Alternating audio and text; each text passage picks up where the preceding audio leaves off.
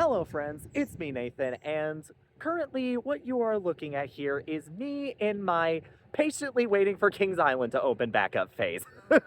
Basically, every time in April I just get really hungry for Kings Island, let's say, but alas, it is still one more week until Kings Island opens. But hey, on the bright side, I have found something to hold me over in the meantime. So currently I am in Versailles, Kentucky. Yes, I know it's pronounced Versailles, but us Kentuckians call it Versailles.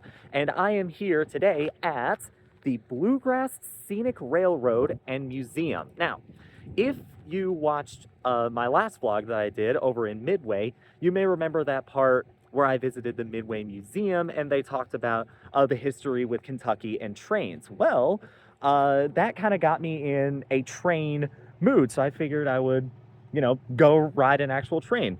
And a bit of a fun fact about me personally, at one point in my life when I was a kid, I was obsessed with trains. My mom and dad will tell you I was absolutely obsessed with trains.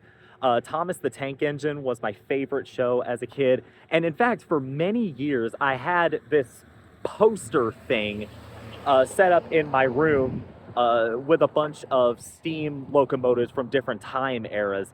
I don't know if we still have it anymore, unfortunately. But anyway, with all that said, I figured we would just go ride a train today. Also, it is chilly. I don't know why it's chilly today. It's supposed to be April. Why weather? Make up your mind. Right outside the train station here, they actually have a whole bunch of old train stuff over here. This is a railroad crane, I guess, to help out, I guess, if a train car derailed or something. What is this? Powered spike puller. That's what it is, powered spike puller. This is a rail grinder. It's kind of a car thing, goes on the rails. Oh, and this is the coupling mechanism used on trains. Something called a traction motor. It's like this is for diesel locomotives, although this says technically not correct, the term diesel locomotive. This is an arch bar truck, or arc bar, whatever. This is sort of the thing that holds the wheels on a train. They have a bunch of train cabooses right here. I think you can go in this, but I don't really want to risk. I don't want to risk it. I'm too scared. So up in here, this is actually the museum and the train platform. So let's head in here and pick up my ticket.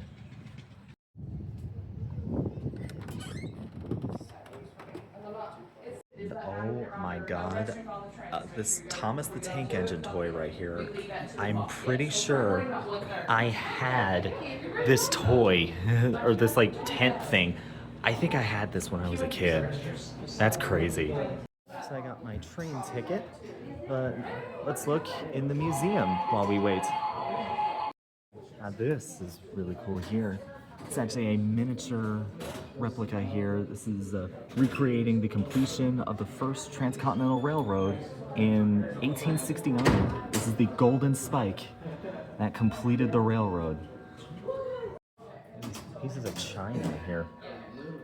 These must have been on trains at some point. Very pretty. I would be very scared to hold these things personally. And oh my gosh, they have a model train control setup thing right here. Pull these levers, switch the tracks. Oh, 13, that's the lucky one, I guess.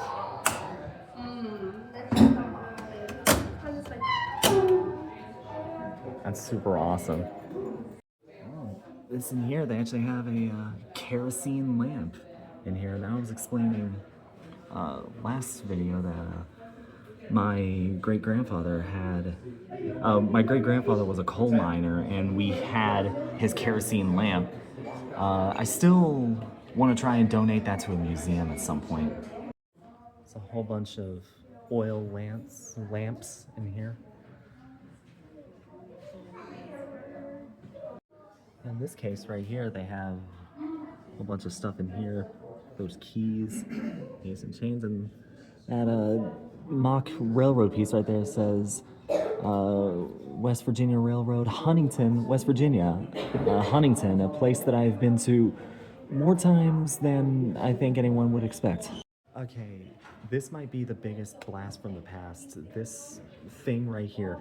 This looks an awful lot like a coin bank that I used to see commercials for on TV. It was like a train crossing bank. The commercial for it was very weird, but basically you put coins in right here and the signal lights flash. They have it set up right there.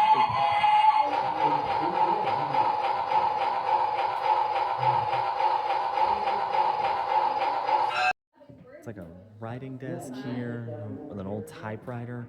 I want to get a typewriter at some point. I don't know if I would ever use it, but I want one. What's this? It's like a, oh, slips. A bunch of signature slips and stamps. And right here they actually have a telegraph key.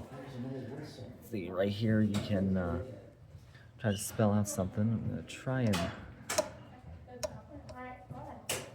I'm trying to spell my name.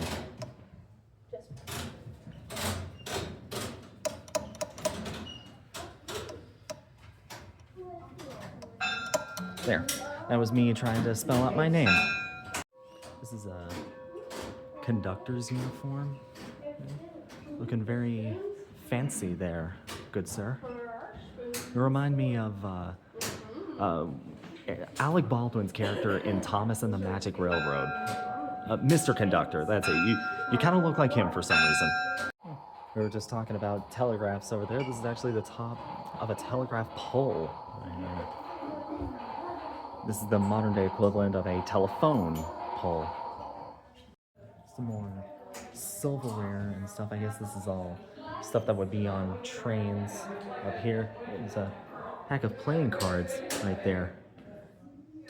And right behind me, or up here, this big thing on the ceiling, this is a water spout. It's actually, they would use this to fill the steam engine with water. I would see this a lot. I know this is a thing because of Thomas the Tank Engine. This little thing right here, I guess, kind of shows how the locomotive works. Turn the crank. It's kind of like, it's pretty much identical to like the pistons in your car. This is something I didn't know existed. A caboose whistle. Says here, this would be on the back, powered by train air, and were used on freight train cabooses during backup moves to warn grade crossings. Oh, that's very smart, actually. This is a wall of local railroads, and look at this. Midway, Kentucky, L&N Depot, 1952. I think we learned about this one already. It's a big headlight, big train headlight. Imagine getting flashed in the face with this. Doesn't seem pleasant. And this might be the biggest shovel I think I've ever seen. It's a coal shovel, but why is it so big?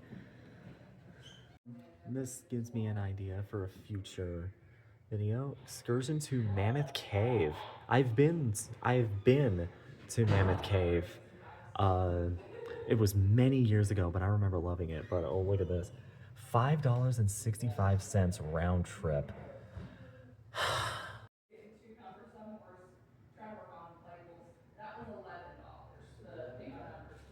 This is something I passed by. This is a whole bunch of railroad making tools. A bunch of hammers, pickaxes.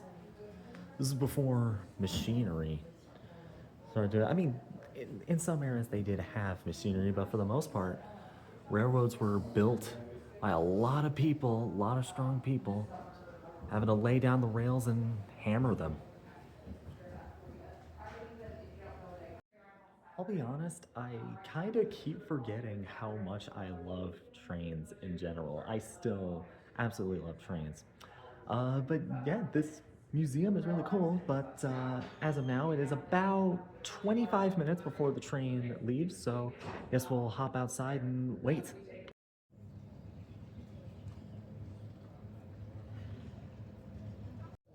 So I actually misspoke. Currently, the time is about 1:15. The train actually starts boarding at 1:30. It does not leave at 1:30. It leaves at 2, which is just a slight misspeaking on my part, but whatever. Now that over there is something I want to do one day. Those are essentially motorbikes that go on the train tracks. That sounds like so much fun. I definitely want to do that one day. Here comes the sun, do do do do. Here comes the sun, and I say it's all right.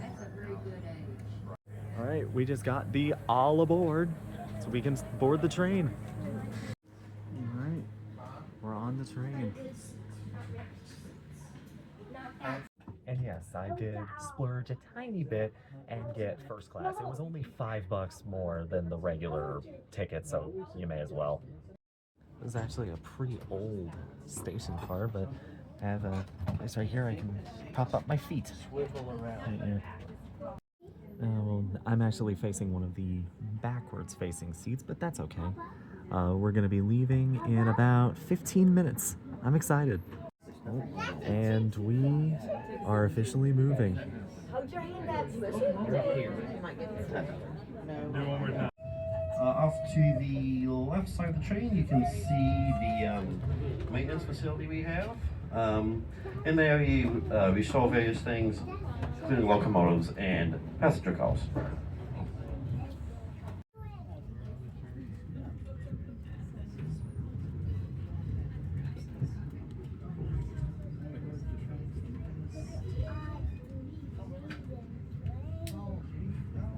In the mid-70s and rebuilt into a GPA at their Paducah, Kentucky shops. C730 is one of our more reliable locomotives and a big lead train. Other locomotives we have include two Alco MRS-1 locomotives built during the Korean War. They are notable for having trucks that can be made to go on any gauge of rails between standard gauge and Russian gauge.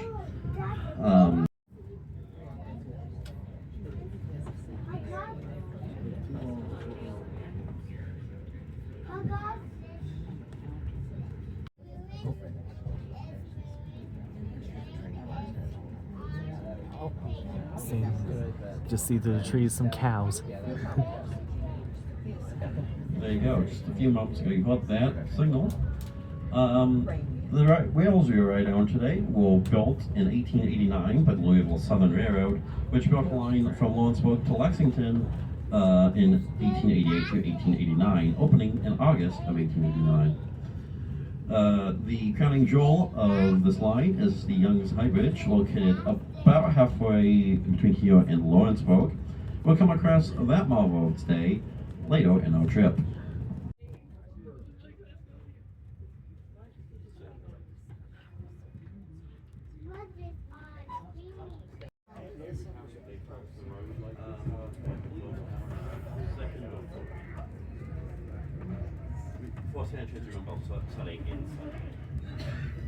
Those are very, very hot.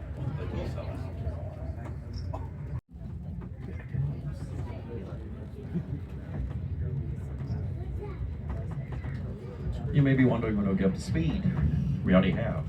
Track speed on this line is a nice blazing 10 miles an hour, with sections of 5 miles an hour through residential areas. You may also notice the cuts we come to, which is the one I'm heading to right now. These were dug out by hand and dynamite, which is a very dangerous situation. And there were times when people did suffer some issues doing that. Luckily, as far as we know, there were no fatalities during construction of this line. You may also feel like this line is fairly straight level, but we're actually descending.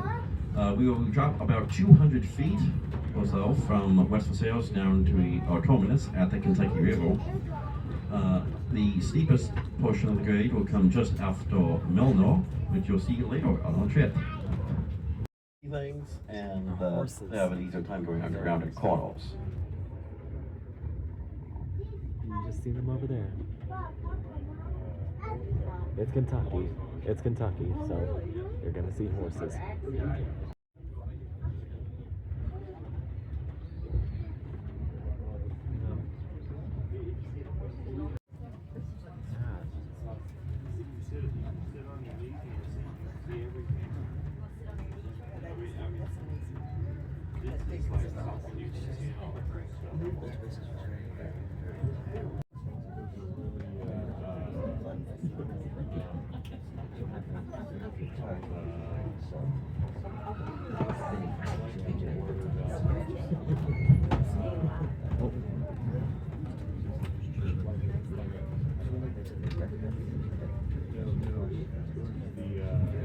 Some equipment.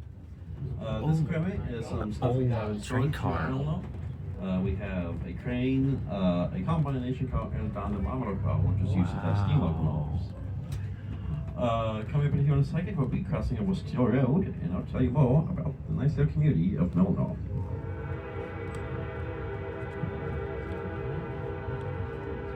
As we cross Steel Road, we enter It's the like crossing community a of road. Milno. Milno was a pretty large community in its day, with a hemp mill, a train station, and a lot more houses. The train station is located to the left of the train between the tracks and the road. And could board to travel to Lexington, Louisville, and beyond. As there are no highways, cars, or trucks when the railroad opened in 1889, this was the way to travel. Mail was also taken by train. It was sorted and picked up and or dropped off at the train station. The heydays of Milno are long gone, and it is now just a quiet residential community. Very nice. Non-profit organization and recreational farm. They teach Christian skills to give direction to disadvantaged children. They have These rocks. Can we look back? Does the train turn around someday, or does it come reverse? Rocks here. Oh, cool. I'll be on the back of the train to tell the engineer to make the check. Oh, it's That makes sense, because I can't see what 6 calls. Currently, a few miles to the right of the train, we're passing a small station called Abbott. This is where we hold our pumpkin pass trains in September and October. Oh, I need to do that. Passing over a trestle.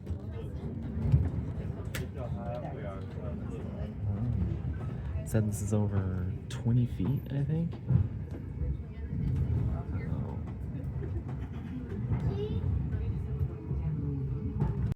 Fans and dynamite. Jeez, look at this. This was all done mostly by hand and with dynamite. That's insane. On all sides, too.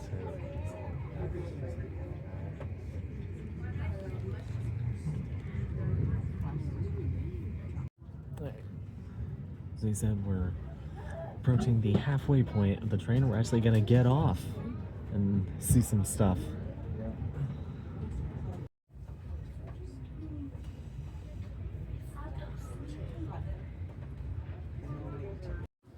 Alright, so we can get off the train here. Step. Wow.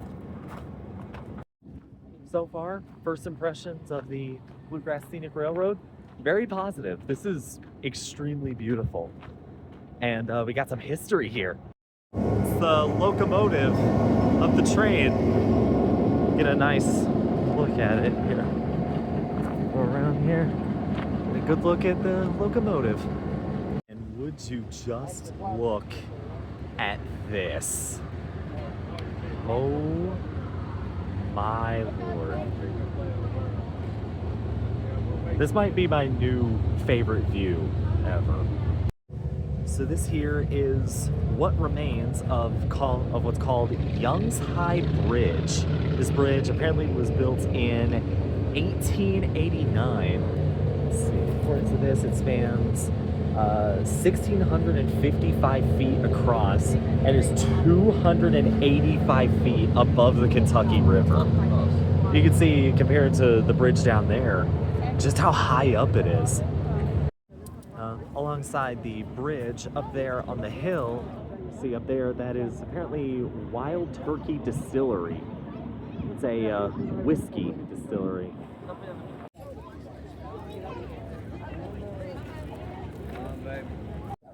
Honestly, the train itself is awesome, but I think this right here is probably worth the price of admission alone. This is just amazing. That view was incredible, but I think I'm gonna do what everyone else seems to be doing and head on back into the train. Get ready for the ride back. Nice to see the logos for the train cars they have here. These are vintage train cars that they got. This is from the Atlantic coastline, North Carolina. Oh, I almost tripped there on gravel. There's a nerd shot right here, seeing all of the wheels and the assemblies down here. I love stuff like this. Honestly, now aside from the air conditioning stuff that they added. Now the first class coach that I've been in is from the Northwestern Railway. All right, head on back in.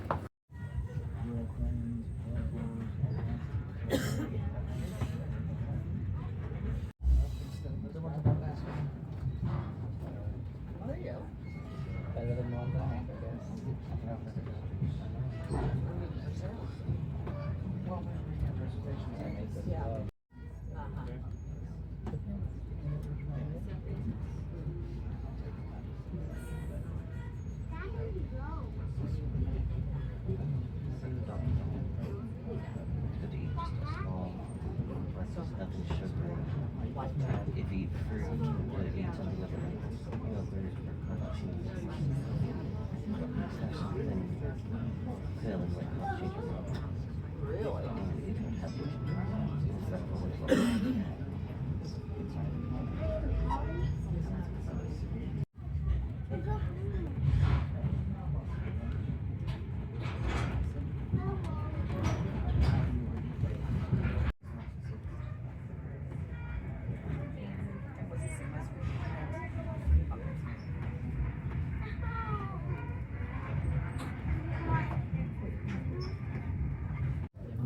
So about 40 minutes later, roughly, we are heading back to the station.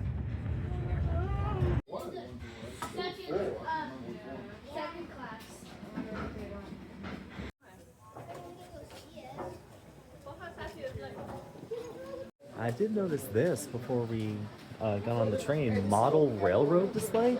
This was locked before we went on the train, but now it's open. Let's see here. Oh, wow.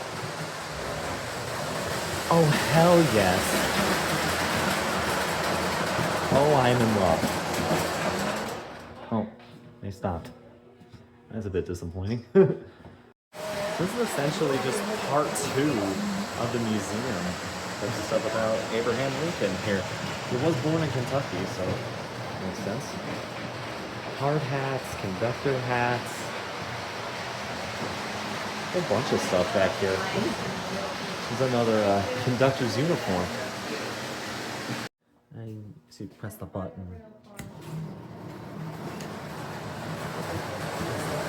This one? Oh, there we go. News station. Oh, that lights up that right there. Crossing signal. That's so awesome. All right. Well, that was wonderful.